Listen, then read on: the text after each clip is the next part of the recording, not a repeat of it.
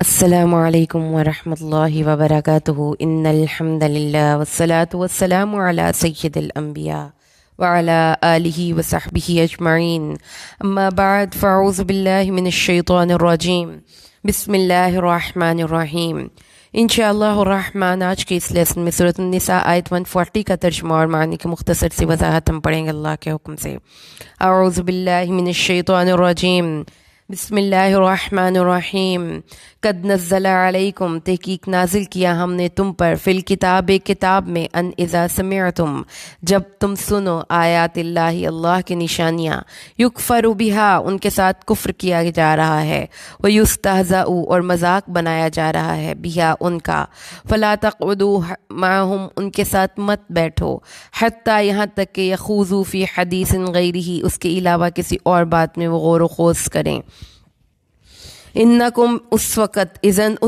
Income بے شک تم اذن اس وقت مثلہم ان جیسے ہو جاؤ گے، ان اللہ بے شک اللہ جامع المنافقین جمع کرنے والا ہے منافقوں کو، والکافرین اور کافروں کو، فی جہنم جہنم میں، جمیعا سب کو۔ اعوذ باللہ من الشیطان الرجیم بسم اللہ الرحمن الرحیم۔ قد نزل علیکم فی الکتاب ان اذا سمعتم آیات اللہ یکفر بها ویستہزأ بها فلا تقعدوا معهم حتى يخوضوا في حديث غيره إنكم إذا مثلهم إن الله جامع المنافقين والكافرين في جهنم جميعا۔ بے شک اللہ نے تم پر کتاب میں یہ حکم نازل کیا ہے کہ جب تم سنو کہ اللہ کی آیتوں کے ساتھ کفر کیا جا رہا ہے اور ان کا مذاق اڑایا جا رہا ہے، تم ان کے ساتھ نہ بیٹھو حتیٰ کہ وہ کسی دوسری بات میں مشغول ہو جائیں، ورنہ بلا شبہ تم بھی ان کی مثل قرار دے دیے جاؤ گے۔ بے شک اللہ تمام منافقوں اور سب کافروں کو دوزخ میں جمع کرنے والا ہے۔ مشکل الفاظ کے معنی بات کو ہم انشاءاللہ سمجھنا شروع کرتے ہیں۔ پہلا لفظ ہے جو یہاں پر اللہ کی آیات، یعنی کہ خاص طور پر اللہ کی کوئی بھی نشانی ہے، لیکن خاص طور پہ قرآن حکیم کا یہاں پر آپ ذکر کریں گے۔ آیت لفظی مطلب ہوتا ہے نشانی، لیکن یہاں پر مطلب ہے قرآن حکیم کی آیتوں کا اور دین کے واضح شعار جو بھی اللہ کی نشانیاں ہیں ان کے ساتھ یکفارو، کفر کا فا اور را اس کا روٹ ہے، لفظی مطلب اس کا ہوتا ہے کفر کا ڈھانپنے اور چھپانے کے، اور کسی چیز اس کے بنیادی معنی یہ ہے کہ کوئی بھی چیز اس طریقے سے ڈھانپ اور چھپا دی جائے کہ وہ نظر نہ آئے۔ رات کو بھی اسی لیے کافر کہتے ہیں، سیاہ بادل کو بھی کافر کہتے ہیں، سمندر اور دریا کو بھی کافر کہتے ہیں، کسان کو بھی کافر کہتے ہیں کیونکہ وہ بیج کو مٹی میں چھپا دیتا ہے۔ تو کافر وہ جو کہ ٹھوس سچائیوں کو پسے پردہ رکھنا چاہتا ہے اور جو اللہ کے دیے گئے حقائق ہیں ان کو اپنی آنکھوں کے سامنے نہیں رکھنا چاہتا اور دوسروں سے بھی چھپانا چاہتا ہے، اس کے مطلب ہو گئے کفر۔ دوسرا لفظ اس میں ہے یستہزأ، اس کا جو روٹ ہے وہ ہے ہا، زا اور الف، مطلب ہوا مذاق اڑانا، یعنی کسی کا مذاق اڑانا، کسی کی نان سیریس ایٹیٹیوڈ۔ تیسرا لفظ جو یہاں پہ ہم پڑھیں گے وہ ہوگا خوض، خا، واو اور ذا،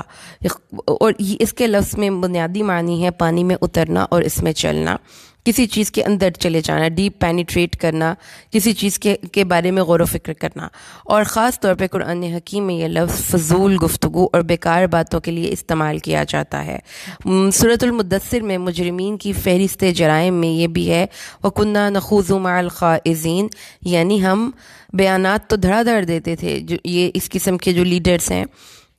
ریزولوشنز پاس کرتے تھے، پلاننگز کرتے تھے، اسکیمز بناتے تھے، باتیں تو کرتے تھے لیکن کچھ بھی عملی کام نہیں کرتے تھے۔ دوسری طرف علماء یہود کے بارے میں بھی یہ ورڈ آتا ہے کہ وہ خوض کرتے تھے، یعنی کہ بیکار کے جو آپ کہہ لیں کہ ڈسکشنز کرنا، لمبے لمبے سے تھیسس لکھنا، یہ سارا کچھ کرنا، لیکن اس کا کوئی فائدہ نہیں ہوتا، پریکٹیکلی اس کا کوئی فائدہ نہیں۔ تو اب اس بات کو اب ہم سمجھتے ہیں۔ یہاں پر بات جو جس کانٹیکسٹ میں ہو رہی ہے وہ کانٹیکسٹ آپ نے پچھلے لیسن میں ہم نے سٹارٹ کیا تھا، وہ تھا وبشر المنافقین بان لہم عذابا علیما. یہ اسی سلسلہ کلام کی آیات ہیں جس میں کہ اللہ تبارک و تعالیٰ نے منافقین کی کیریکٹرائزیشن کی. جیسا کہ ڈفرینٹ جگہوں پر قرآن حکیم میں اگر ہم منافقین کے کیریکٹرز کو دیکھتے ہیں تو وہ ڈفرینٹ کوالٹیز اللہ تعالیٰ ان کی بیان کرتا ہے. اور موسٹ امپارٹنٹلی جب منافقین کی ذکر کیا جاتا ہے تو اس کی ڈسکشن بڑی ڈیپ اور بڑی آپ کہہ لیں کہ ود کمپلیٹ ڈیٹیلز اس لیے ہوتی ہے کیونکہ یہ ہماری اپنی صفوں میں موجود کچھ ایسے لوگ ہوتے ہیں جو کہ مسلمانوں کے کاز کو نقصان پہنچانے کی کوشش کرتے ہیں. تو اللہ تعالیٰ نے سب سے پہلے یہ بتایا تھا کہ منافق جو مدینہ میں ہیں یا منافق کوئی بھی کہیں پہ بھی ہو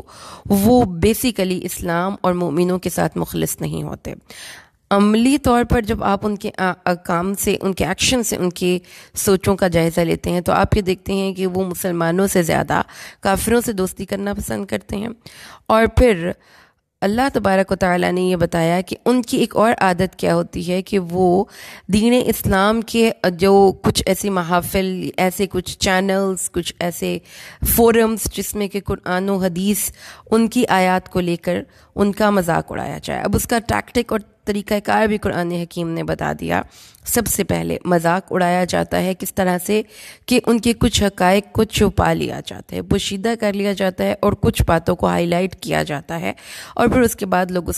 اس پہ غور و خوض کرتے ہیں، اس پہ غور و فکر کرتے ہیں اور غور و فکر کرنے کی آڑ میں ان قرآنی آیات کا مذاق اڑاتے ہیں. یہ دور ہر دور میں چلتا رہا. نبی پاک صلی اللہ علیہ وسلم کے دور میں بھی جیسا کہ کچھ لوگوں نے، ہم اگر قرآن حکیم کو بنظر عمیق اس کا جائزہ لیتے ہیں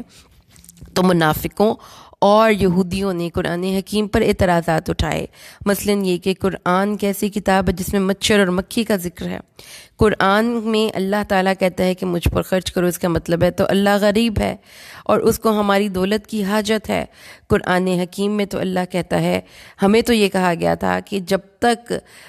آسمان سے آگ نہ اترے کسی نبی کو نہ ماننا. تو یہ کیسا نبی ہے جس کی قربانی کو یہ خود ہی کہا جاتا ہے؟ یہ کیسا نبی ہے جو کہ اونٹ کا گوشت کھاتا ہے جبکہ ہماری شریعت میں تو یہ نہیں تھا؟ یعنی قرآنی آیات کو بڑا ڈیپلی انالیسس کر کے اس کی کچھ حقائق کو چھپا کر، اس کی کچھ حقائق کو غلط طریقے سے لوگوں کے سامنے پریزنٹ کر کے پھر قرآن کا مذاق اڑانا اور اس کی آیتوں کو غلط ثابت کرنا، یہ تھا اس دور کے یہودیوں کا کام. اور جو منافقین تھے وہ ان کی محفلوں میں جا کر بیٹھتے تھے، ان کے ہم پیالہ و ہم نوالا ہوتے تھے، ان کے ساتھ ان کی ان ساری باتوں کو سنتے تھے اور اس کو انجوائے کرتے تھے اور بعد میں اس کا مذاق اڑاتے تھے. تو یہ چیزیں یہاں پر ہمیں 3-4 باتیں یہاں سے جو پتہ چلتی ہیں. نمبر 1 تو یہ ہے کہ آیات اللہ یکفر بہا و یستہزأ بہا. جب تم سنو کہ اللہ کی آیات کا مذاق اڑایا جا رہا ہے اور اللہ کی آیات کے ساتھ کفر کیا جا رہا ہے تو اس میں پھر وہ تمام پرینکس بھی آ جاتے ہیں، وہ تمام لطیفے بھی آ جاتے ہیں جس میں کہ جنت اور دوزخ کے حوالے سے لطائف بنائے جاتے ہیں، جس میں فرشتوں کو جو ہے وہ بتایا جاتا ہے کہ فرشتوں سے غلطیاں ہو جاتی ہیں. اور ایک شخص جنت دوزخ میں جا کر ساری کو مار پڑ رہی تھی اور اس سے پوچھا گیا کہ یہ کیوں مارا جا رہا ہے تو اس نے کہا کہ اس نے ساری دودھ کی نہروں کو جاگ لگا دی ہے. اسی طریقے سے ایک اور شعر میں نے کہیں پڑھا تھا، رنگ کالا ہوا ہے تیرا فرشتوں کی بھول سے، وہ تل بنا رہے تھے کہ سیاہی بکھر گئی. اب اس طرح کے جتنے بھی لطیفے جس طرح سے بھی لوگ بیان کرتے ہیں، لوگ سنتے ہیں، لوگ فارورڈ کرتے ہیں رمضان کے حوالے سے کہ شیطان کھل گئے، شیطان بند ہو گئے، اللہ کی اس آیت، قرآن حکیم کی اس آیت کی روح سے ایسا کرنا، ایسی چیزوں کو سننا، ایسی چیزوں کو فارورڈ کرنا، ایسے لوگوں، ایسے چینلز کو سبسکرائب کرنا، یہ سب کچھ غلط ہے. کیونکہ اگر کوئی شخص اللہ کی نشانیوں کا مذاق اڑاتا ہے تو ہماری دینی غیرت ہمیں اس چیز پر آمادہ کرے کہ ہم اس شخص کو ناپسند کریں، کیونکہ ہماری محبتیں بھی اور نفرتیں بھی اللہ کے لیے ہوتی ہیں. تو اللہ نے اس بات سے منع کر دیا. پھر اس کے اگر ایک اور طریقہ کار سے دیکھا جائے تو کچھ لوگ علمی مباحث میں پڑھتے ہیں اور ایسے نقطے نکالتے ہیں قرآنی آیات سے اور احادیث سے جس سے مقصد کچھ نہیں ہے سوائے کچھ لوگوں کو گمراہ کرنے کے اور ان آیتوں کو کا مذاق اڑانے کے. ابھی پچھلے دنوں میری نظر سے کچھ ایسے آرٹیکلس گزرے اور مجھے کسی نے کچھ ویڈیو لیکچرز فارورڈ کیے جس میں کہ نبی کریم صلی اللہ علیہ وسلم کے جو وحی الہی آنے کا جو ایک تجربہ تھا، اس میں جو آپ صلی اللہ علیہ وسلم پر کیفیات طاری ہوتی تھیں کہ آپ کو سردی لگتی تھی، آپ کو پسینہ آتا تھا، آپ کی اس کے بوجھ سے وحی کے بوجھ سے سواری بیٹھ جاتی تھی، اور اس طرح کی باتیں، اس کا مذاق اڑایا گیا. اور نبی پاک صلی اللہ علیہ وسلم کی اس تجربے کو انہوں نے کسی نفسیاتی بیماری کے ساتھ جوڑنے کی نعوذ باللہ کوشش کی، کہ بتایا یہ گیا کہ نبی پاک صلی اللہ علیہ وسلم کو تو کچھ اس طرح کا نفسیاتی عارضہ تھا جس کی وجہ سے وہ بہکی نعوذ باللہ ثم نعوذ باللہ باتیں کرتے تھے. اب یہ باتیں وہ ماہر نفسیات بٹھایا ہوا انہوں نے، اور نفسیات کی مختلف ٹرمز کو وہ یوز کر رہے ہیں اور کہہ رہے ہیں ہاں جی اس کیفیت میں ایسا بھی ہوتا ہے، اور یہ بھی چونکہ نبی پاک پہ ہوا تھا اس لیے آپ کو ہم کہہ سکتے ہیں کہ آپ کو یہ والی نفسیاتی بیماری تھی، آپ کو کوئی دورے پڑتے تھے نعوذ باللہ. اب ہمیں یہ بات کو سمجھ کے، جب تک آپ کو سمجھ نہیں آئے گی نا ان کے ٹیکٹکس کی، منافقین کے اور ان لوگوں کے جو کہ دین اسلام کے بارے میں اعتراضات کرتے ہیں اور لوگوں کے ذہنوں میں شکوک پیدا کرنے کی کوشش کرتے ہیں، تب تک آپ ان کے ٹریپ سے بچ نہیں سکتے. ان کے ٹریپ کا ایک ذریعہ کیا ہوتا ہے کہ وہ ون سائیڈڈ بات کرتے ہیں، وہ چھپاتے ہیں. کفر یہاں پر اس کے اپنے لٹرل میننگ میں بھی استعمال ہوگا اور اپنے میٹافوریکل میننگ میں بھی استعمال ہوگا. لٹرل میننگ کا مطلب ہوتا ہے چھپانا. تو یہ ایک بڑی زبردست ٹیکنیک ہے جو کہ اگر آپ کو سمجھ میں آ جائے تو آپ کو بندے کے ڈسکورس کو، اس کی گفتگو کو 1 منٹ میں آپ سکین کر لیتے ہیں. اس میں کیا ہے کہ حقیقت حال کو چھپانے کے لیے بہت سے لوگ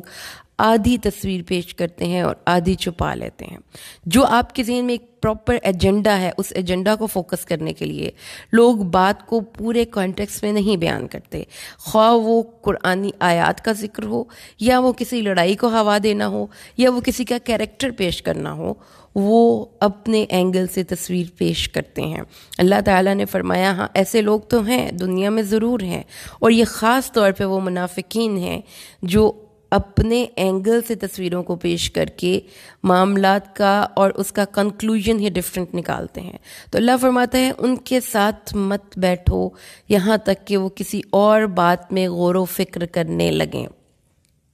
اور اس غور و خوض میں، یعنی اس ڈسکشن میں، اس کا پارٹ آپ نے نہیں بننا جس ڈسکشن میں نبی کریم صلی اللہ علیہ وسلم اور ان کے صحابہ کی شان کا مذاق اڑایا جا رہا ہو، یا کسی بھی دین کے اس شعار کے بارے میں مذاق اڑایا جا رہا ہو. حدیث صحیح مسلم کی حدیث ہے، حدیث نمبر 4480. رسول صلی اللہ، حضرت مغیرہ نے حضرت معاویہ کی طرف لکھا کہ رسول صلی اللہ علیہ وسلم کو میں نے فرماتے ہوئے سنا کہ اللہ نے والد کی نافرمانی، بیٹیوں کو زندہ درگور کرنا، حق کو روکنا اور ناحق کو طلب کرنا حرام قرار دیا ہے، اور 3 باتوں فضول گفتگو، سوال کی کثرت اور مال کو ضائع کرنے سے منع کیا ہے. فضول گفتگو سے نبی کریم صلی اللہ علیہ وسلم نے منع کیا ہے. رسول صلی اللہ علیہ وسلم کا ارشاد پاک ہے 4479 حدیث نمبر صحیح مسلم. رسول صلی اللہ علیہ وسلم سے سنا، مغیرہ نے کہا آپ فرمایا کرتے تھے اللہ 3 باتوں کو ناپسند کرتا ہے: فضول گوئی، مال کو ضائع کرنا اور بہت سوال پوچھنا. یعنی کہ if you are a student you tend to ask a lot of questions without even using your mind. جو دماغ میں آ رہا ہے وہ سوال پوچھے چلے جا رہے ہیں. اللہ کو ایسا اسٹوڈنٹ نہیں پسند. ایٹ دا سیم ٹائم سوال کی کثرت اس طرح سے بھی آ سکتا ہے کہ آپ کو کسی چیز کی ضرورت ہو اور آپ بھاگے جائیں، کسی اپنا دستے سوال لوگوں کے سامنے دراز کریں. اللہ کو ایسے لوگ نہیں پسند جو کہ فضول گوئی کریں، فضول گفتگو کریں. قیل و قال، اس نے یہ کہا اور میں نے یہ کہا، میں نے یہ کہا اور اس نے یہ کہا. ایسے پروگرامز جو کہ ہم انٹرنیٹ پہ، ٹی وی پر، اور یہ جو ٹاک شوز ہیں یہ ہم سنتے رہتے ہیں. رسول صلی اللہ علیہ وسلم نے فرمایا ہے کہ اللہ نے تم پر ماں کی نافرمانی حرام قرار دی ہے، اور والدین کی حقوق نہ دینا اور ان کے نہ حق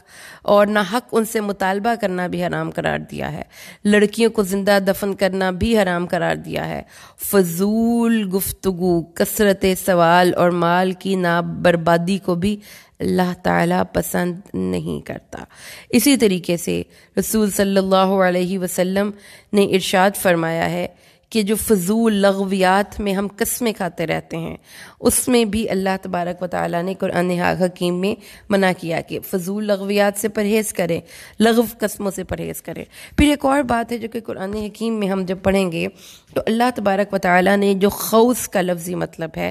اس کو ایک بہت بڑا جرم گردانا ہے۔ اگر آپ قرآن حکیم کی تحقیق کرتے ہیں نا اس لفظ کے حوالے سے کہ اللہ تبارک و تعالیٰ نے اس لفظ کو کس طرح اور کس کانٹیکسٹ میں قرآن حکیم میں استعمال کیا ہے، تو ہم یہ دیکھتے ہیں کہ یہ لفظ قرآن حکیم میں بیڈ کانوٹیشن میں یوز ہوا ہے، گڈ میں نہیں ہوا۔ یعنی ہم تو کہتے ہیں نا غور و خوض، غور کرنا، غور و فکر کرنا، لیکن وہ فکر یا وہ غور یا وہ دماغی کوشش جس میں کہ انجام صفر ہو، یہ ہے وہ غور و خوض۔ قرآن حکیم میں اللہ تبارک و تعالیٰ ایک اور مقام پر ارشاد فرماتا ہے، سورۃ انعام آیت 68، سورۃ نمبر 6، وَإِذَا رَأَيْتَ الَّذِينَ يَخُوضُونَ فِي آيَاتِنَا وَإِذَا، اور جب آپ دیکھتے ہیں ان لوگوں کو جو ہماری نشانیوں میں ایسا غور و خوض کرتے ہیں، جو کہ ان غور و خوض کرنا ایک تو ہے جو قرآنی آیتوں میں غور و فکر کرنا ہے، وہ اور ورڈ آتا ہے قرآن حکیم میں، اس میں خوض کا لفظ آیا ہے، جو ہماری نشانیوں میں غور و فکر کرتے ہیں، فَأَعْرِضْ عَنْهُمْ، تو ان سے اعراض کیجئے، حتیٰ یخوضوا فی حدیث غیرہ، حتیٰ کہ وہ کسی اور بات میں فضول کی گفتگو کریں۔ قرآن کی آیتوں کے حوالے سے فضول گوئی کرنا، یہ ہے جو یہاں پر مطلب ہے کہ قرآنی آیتوں کو یا اللہ کے شعائر کو، مثلا کہ نقاب کرنا،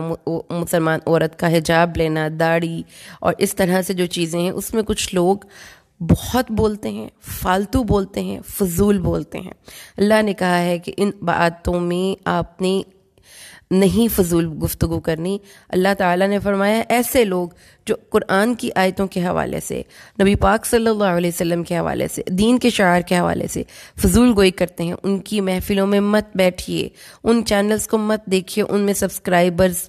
کی لسٹ میں شامل نہ ہوئیے، اور اگر شیطان بھلا دے آپ کو تو پھر یاد آنے کے بعد ایسی قوم میں نہ بیٹھیں۔ کیونکہ جب ہم بیکاز انسانی نفسیات ہے کہ ہم کمپنی میٹر کرتی ہے،